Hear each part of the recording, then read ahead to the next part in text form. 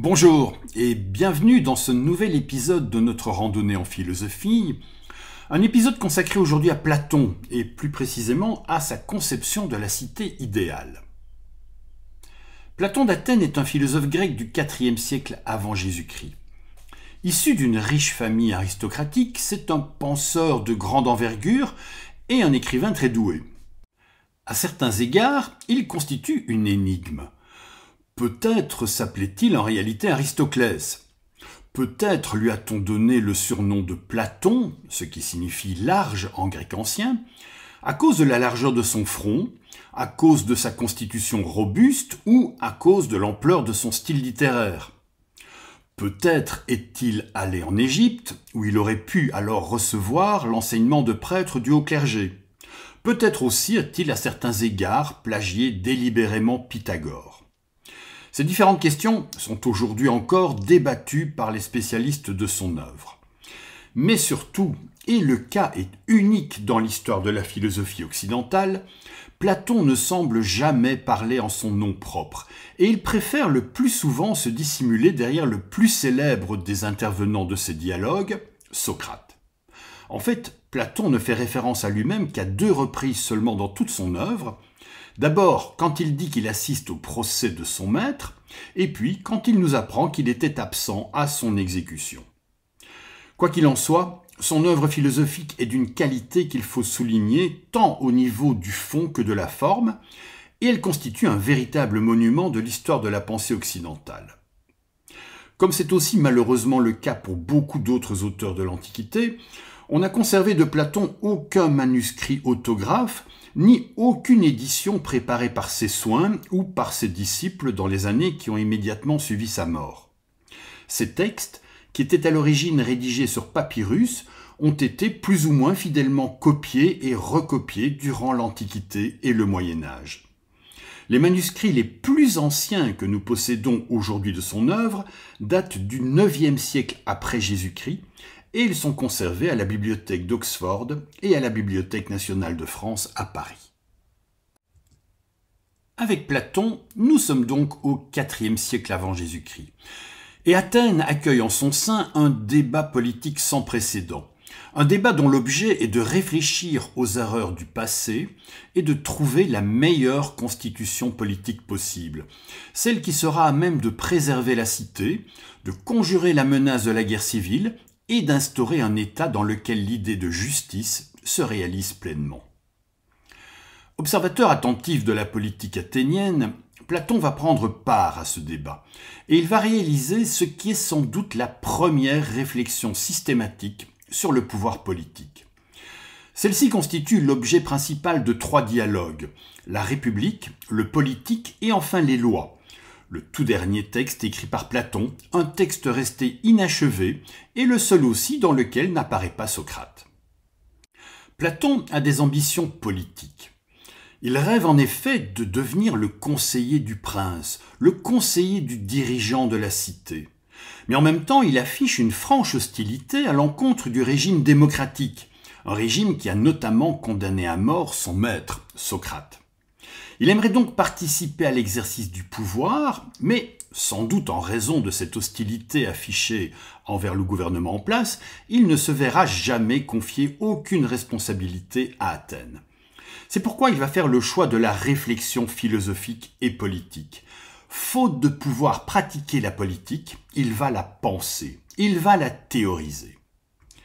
C'est dans la République, un texte qu'il écrit alors qu'il est en pleine maturité, un texte qui est d'ailleurs considéré par beaucoup comme son chef-d'œuvre, que Platon énonce la célèbre allégorie de la caverne, dont j'ai parlé dans l'épisode précédent de notre randonnée en philosophie.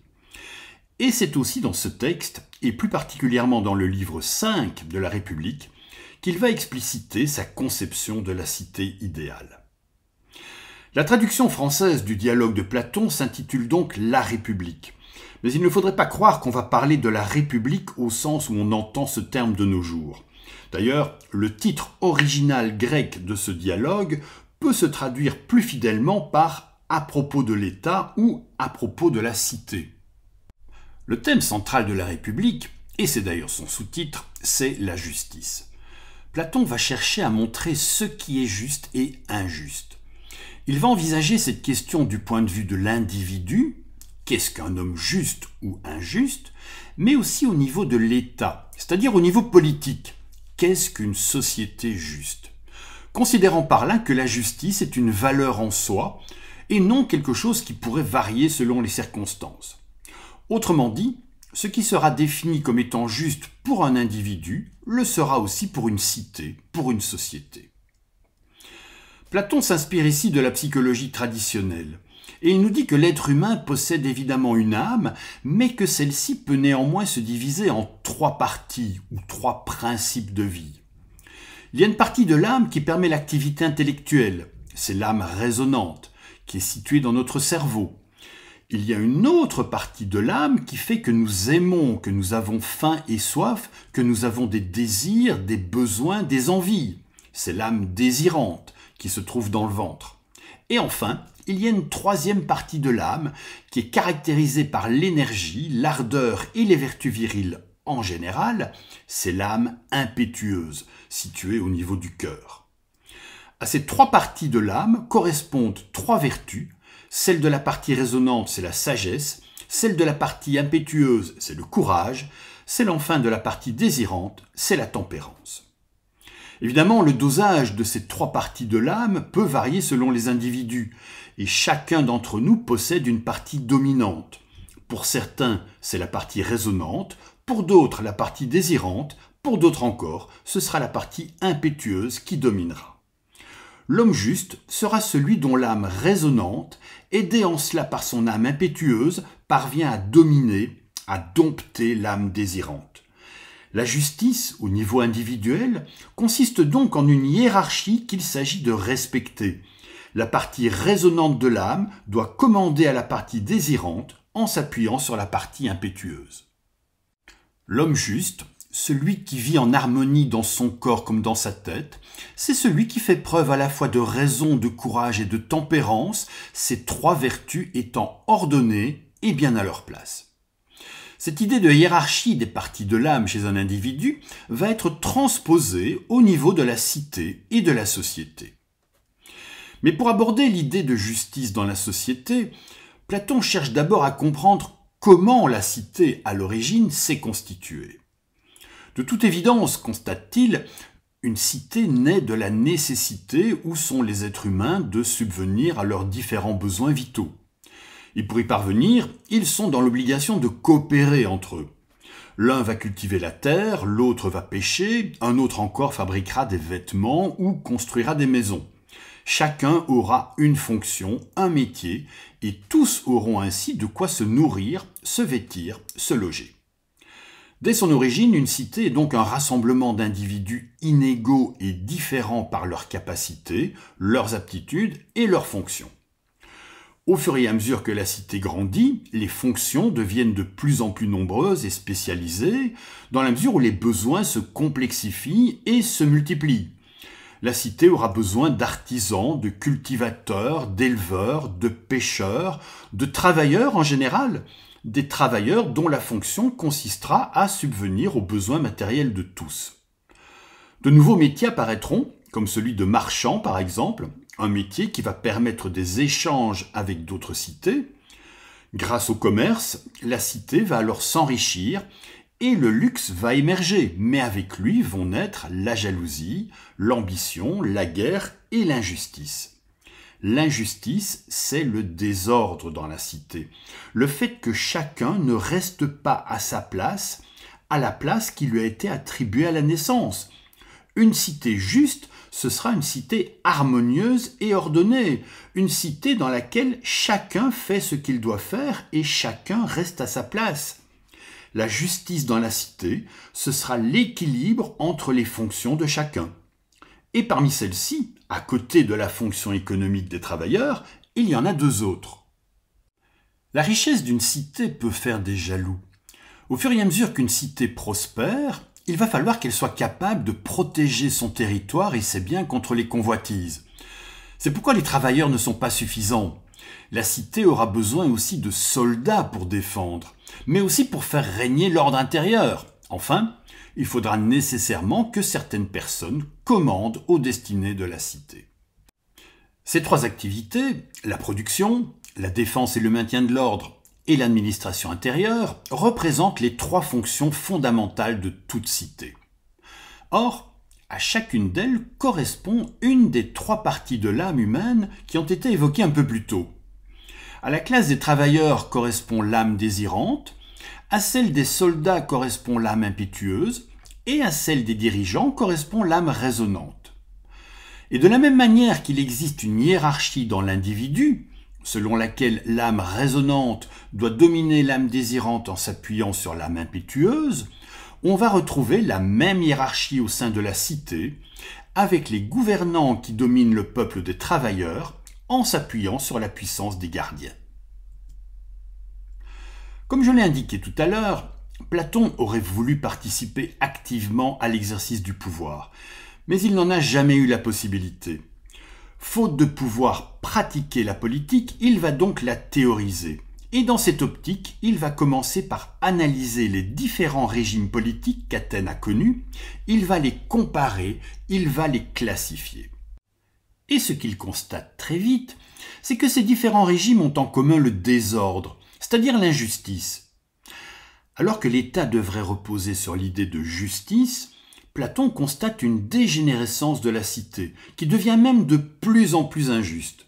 Et à partir de cette constatation, il va imaginer une typologie des différents régimes politiques, qu'il va classer depuis le moins mauvais jusqu'au plus injuste, un schéma dans lequel la succession de 4 différents types de gouvernement prend la forme d'un processus cyclique lent et continu de déclin et de décadence qu'il appelle anacyclose. Le premier régime politique, et donc le moins injuste, le moins mauvais, c'est la timocratie. Un régime fondé sur l'honneur, dans lequel ce sont les plus vertueux, les plus dignes qui gouvernent. A priori, il s'agit donc là d'un type de gouvernement tout à fait acceptable, mais le problème, c'est que parmi les plus vertueux, il y en aura immanquablement quelques-uns qui vont vouloir à un certain moment profiter de leur pouvoir pour privilégier leur intérêt personnel, pour chercher à s'enrichir, pour chercher à se procurer des biens, des terres, de l'or et de l'argent. Le régime politique qui succède à la timocratie, c'est l'oligarchie. Ici, à la légitimité de la vertu, s'est substituée celle de la richesse. Le pouvoir est entre les mains de quelques personnes seulement, et ce sont les plus riches, qui vont là aussi immanquablement profiter de leur position pour tenter de devenir de plus en plus riches, et ainsi conserver le pouvoir pour eux et leurs familles. C'est alors qu'apparaît la démocratie. Si ce régime pose le principe d'une plus large participation du peuple au pouvoir, il est pourtant loin d'être le régime de tous, puisque seuls les citoyens sont concernés. En plus, la démocratie athénienne souffre d'un défaut important aux yeux de Platon, un défaut qui résulte de son mode de sélection des dirigeants, puisqu'elle fonctionne par tirage au sort, ce qui a pour effet qu'il existe toujours un risque que des incompétents se retrouvent au pouvoir et privilégient alors leur intérêt personnel. Enfin, la dégradation inévitable du régime démocratique conduit à la tyrannie. Le peuple, qui est incapable de gouverner une cité qui est soumise à la corruption et au désordre, va se chercher un chef capable de restaurer l'ordre et la stabilité. Ce sera le tyran, le despote, qui va gouverner à sa guise, au gré de ses caprices, niant délibérément tous les principes et toutes les règles commandées par la sagesse et la vertu. Par conséquent, il arrive un moment où le peuple, mécontent, finit par se révolter contre le tyran pour réinstaller un gouvernement dirigé par les meilleurs et les plus vertueux, c'est-à-dire une timocratie. Et le cycle recommence. La seule façon de rompre ce cycle de régime plus ou moins mauvais consiste à instaurer une forme de gouvernement que Platon juge parfaite, un régime qui sera celui de la cité idéale. Ce sera le gouvernement de la cité modèle, de la cité pleinement réussie. De toutes les réflexions touchant la politique dans l'histoire des idées, celle portant sur cette cité idéale est une des plus célèbres, ne serait-ce que parce qu'elle constitue vraisemblablement dans l'histoire de la pensée occidentale la toute première utopie sociale et politique. Platon va s'appuyer sur sa conception de l'âme et de l'être humain pour imaginer le modèle général de la cité idéale. De la même manière qu'une personne qui vit en harmonie dans son corps comme dans sa tête fait preuve à la fois de raison, de courage et de tempérance, une cité juste, une cité parfaite, se reconnaîtra à ce que chacun est à sa place et contribue ainsi à former un tout harmonieux. Platon imagine donc une cité fortement hiérarchisée, une cité divisée en 3 groupes qualitativement distincts. Les gouvernants, tout d'abord, les dirigeants, chez qui domine l'âme raisonnante, ceux qui possèdent la connaissance et l'aptitude au commandement. Les gardiens, guerriers ou soldats, ensuite, chez qui domine l'âme impétueuse et dont la principale fonction est de défendre la cité contre les possibles agressions extérieures. Le peuple, enfin, c'est-à-dire les travailleurs, les producteurs, ceux chez qui domine l'âme désirante et dont le rôle premier est de nourrir l'ensemble de la cité. Et dans cette société très hiérarchisée, chacun doit effectuer sa fonction spécifique. Les premiers exercent une fonction de commandement, les deuxièmes une fonction militaire, les troisièmes une fonction économique, une fonction de production. Chacun accomplit sa propre tâche, chacun fait ce qu'il doit faire sans empiéter sur la fonction des autres parties. Pour légitimer et faire perdurer cette stricte hiérarchie sociale, garante de la justice dans la cité, Platon va mettre en place plusieurs stratégies. Parmi celles-ci, et c'est sans doute une des idées les plus célèbres présentes dans la République, Platon choisit de confier le pouvoir aux philosophes, car il considère ceux-ci comme les plus savants des citoyens. La cité ne peut être heureuse que si elle est gouvernée par ce qu'on appellera des philosophes rois, soit que le philosophe accède au pouvoir et devienne roi, soit que le roi se fasse philosophe. Il s'agit de confier la direction de la cité à ceux qui maîtrisent l'art politique, cet art royal que Platon assimile à une véritable science. Le philosophe roi, c'est celui qui est capable de connaître le juste, le vrai, le beau et le bon. Le philosophe roi, c'est le seul qui possède au plus haut degré la science du gouvernement des hommes, c'est donc celui qui est le plus apte à diriger. Platon défend ici une conception élitiste de la politique. Elle doit nécessairement reposer sur l'excellence des meilleurs. La cité parfaite, c'est donc une société aristocratique dans laquelle ce sont les meilleurs parmi les gardiens qui doivent gouverner, ceux qui possèdent la raison au plus haut point, ceux qui ont la capacité d'accéder à la sagesse, ces gardiens exceptionnels qui sont choisis pour commander le reste de la population, et notamment les individus qui sont guidés par leurs émotions et leurs désirs. Une autre stratégie mise en place pour faire perdurer la hiérarchie sociale et ainsi garantir la justice, l'ordre et l'harmonie dans la cité, c'est que tout doit être mis en commun, et en particulier les biens, les femmes et les enfants. L'idée est simple. Platon constate que la classe des gardiens est constituée d'individus que l'ambition pourrait pousser à agir pour obtenir davantage de pouvoir, de richesse, et ainsi se distinguer les uns des autres. C'est la raison pour laquelle, au sein de la cité idéale, il imagine, pour les gardiens, une mise en commun de tous les biens. Et les femmes ainsi que leurs enfants étant aussi en quelque sorte des biens, cette mise en commun les concerne également. Un tel système devant être nécessairement efficace, Platon l'applique aussi aux philosophes rois. Privés de toute richesse personnelle, ils ne courent pas le risque d'être corrompus. Privés de responsabilité familiale, ils peuvent se concentrer sur le bonheur de la collectivité. On observe donc dans la perspective platonicienne une incompatibilité entre le pouvoir et la richesse, dans le but d'éviter toute corruption. Par contre, la classe des travailleurs, qui est constituée d'individus qui ne disposent d'aucun pouvoir et qui n'ont généralement que des capacités intellectuelles assez limitées, cette classe peut posséder des biens et accumuler des richesses. Ils sont sans risque pour la stabilité sociale puisqu'ils seront incapables d'utiliser ces richesses pour pervertir la société. La mise en commun des femmes et des enfants a pour conséquence quelque chose qui peut a priori paraître surprenant. C'est la suppression de la famille en tant que base de la société. Quand une femme met au monde un enfant en bonne santé, celui-ci lui est immédiatement retiré pour être confié à la collectivité, ce qui a pour conséquence que la mère sera rapidement incapable de reconnaître son enfant biologique parmi les autres. Et ainsi on obtient, selon Platon, une garantie d'harmonie, d'amour et de solidarité entre les citoyens. En effet, aucun gardien ne pourra jamais traiter un individu croisé dans la cité comme un étranger, puisque celui-ci pourrait tout à fait être son cousin, son frère, son fils ou son père.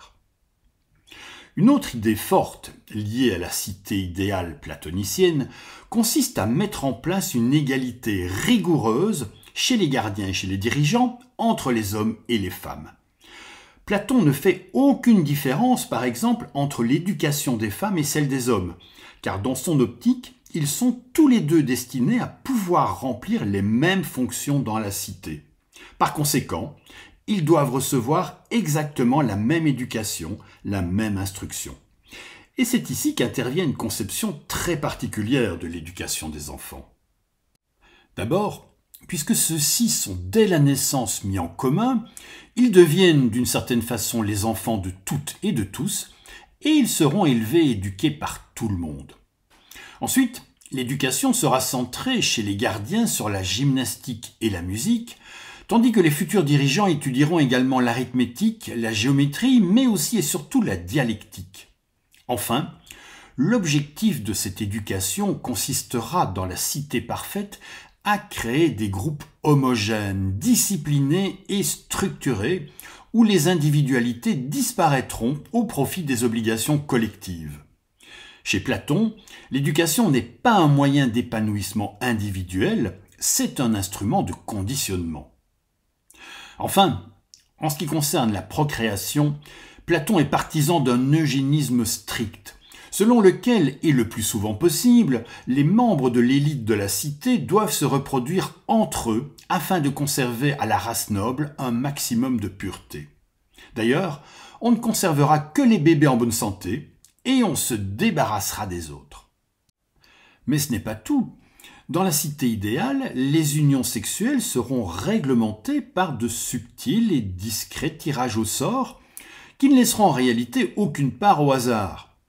L'objectif est que le chiffre de la population soit conservé autant que possible le même, en faisant leur place aux prévisions de guerre et de maladie, pour que l'État ne devienne ni trop grand, ni trop petit. Il n'est donc pas question pour une femme d'avoir trop ou trop peu d'enfants. Elle doit avoir le nombre d'enfants nécessaire à la cité. Il n'est pas question non plus de devenir parent n'importe comment et n'importe quand. Les femmes deviendront mères entre 20 et 40 ans, tandis que les hommes pourront devenir pères entre 30 et 55 ans. Comme on le voit, les libertés individuelles, la famille et la propriété sont condamnées car elles stimulent l'égoïsme aux dépens de l'intérêt général. Et l'intérêt général, il n'y a que ça qui compte. Chacun se doit d'être entièrement dévoué au service de la cité, au service de la communauté.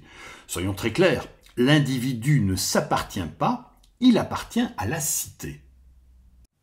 L'abolition de toute vie familiale, la création d'une communauté des femmes et des enfants, la conception d'une éducation strictement collective et très sélective, le prolongement par une communauté des biens qui sont ainsi librement accessibles à tous tout en appartenant à personne, et l'interdiction de l'enrichissement personnel pose les conditions d'un système de collectivisation de la société, les bases d'un ordre politique qu'on a parfois qualifié de communiste.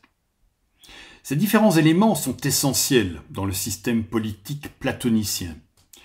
L'intérêt et la défense de la cité sont des exigences éminemment supérieures à toutes les libertés individuelles, supérieures à la réalisation personnelle ou familiale, aux opinions, aux sentiments.